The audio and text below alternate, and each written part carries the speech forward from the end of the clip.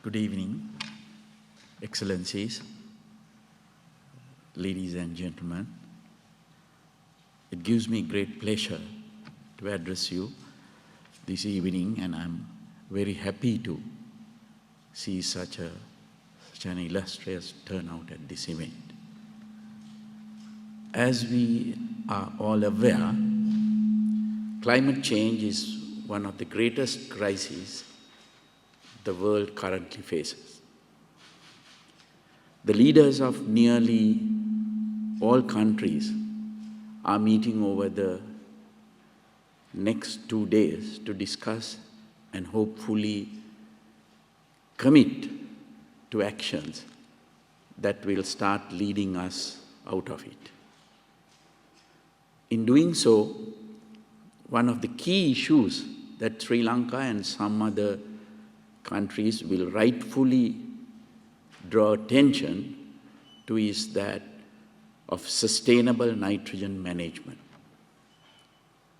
In October 2019, 14 nations joined the Colombo Declaration on Sustainable Nitrogen Management. This important declaration encourages nations to develop national roadmaps for sustainable nitrogen management with a view to reducing nitrogen waste in half by 2030. I thank the nations already associated with this declaration and encourages others to do the same. Nitrogen is an abundant element that is essential to the sustenance of all living things. However, reactive nitrogen generated by human activity and released into ecosystems worsens climate change.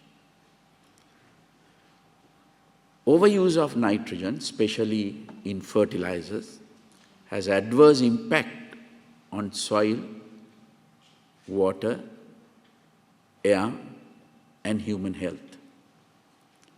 For decades, chronic kidney disease has been a serious issue in Sri Lanka's agricultural heartland. The overuse of chemical fertilizers has contributed significantly to this problem. It is in this context that my government took firm steps to reduce imports of chemical fertilizer and strongly encourage organic agriculture. Although this action has been broadly appreciated, it has also met with some criticism and resistance. In addition to chemical fertilizer lobby groups, this resistance has come from farmers who have grown accustomed to overusing fertilizer as an easy means of increasing yields. This is particularly unfortunate considering Sri Lanka's rich agricultural heritage. Sri Lanka was known in historic times as the granary of the East. This reputation was achieved in part due to the sophistication of our ancient hydraulic civilization. It was also supported by the traditional wisdom and practices inherited by our farmers in the past, who understood the importance of respecting nature and worked hard to sustain it.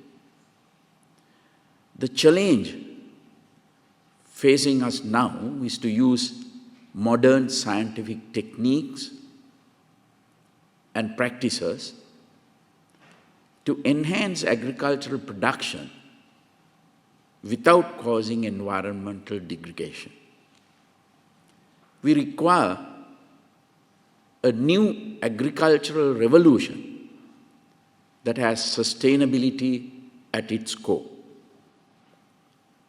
Sri Lanka's philosophical heritage, enriched by the teachings of Lord Buddha, has always encouraged us to balance ecological concerns with human needs. Humans must be in sync with nature rather than work against it. My government's policy frameworks emphasize sustainability. This is reflected in Sri Lanka's ambitious, updated, nationally determined contributions to the UNFCCC mechanism. These include increasing the contribution of renewable energy sources to 70% of national needs by 2030, achieving carbon neutrality by 2050, and ensuring no more new coal power projects. Sri Lanka is proud to be a co-lead of the Energy Compact for no new coal power. We also play a leadership role in mangrove restoration and conservation, including through the Commonwealth Blue Charter.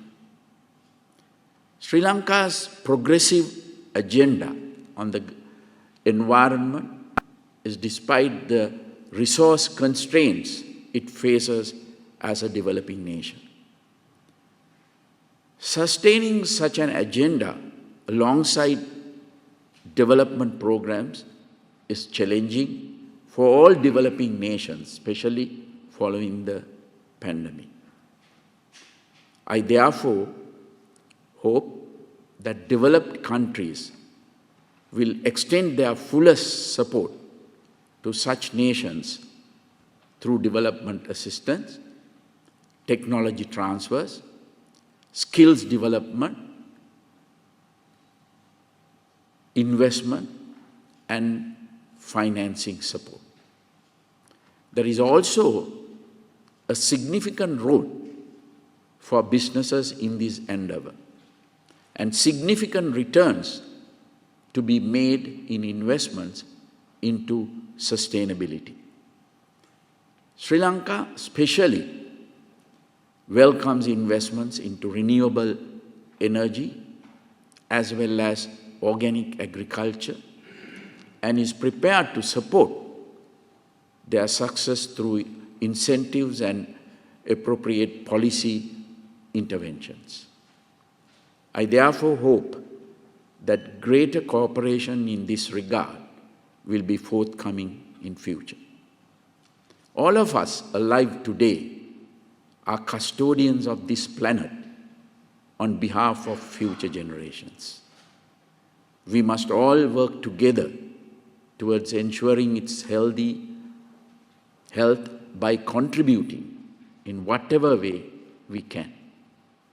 If we all do this in a spirit of togetherness and goodwill, I'm certain we will succeed in effecting positive change for our people and our planet. Thank you. Thank you.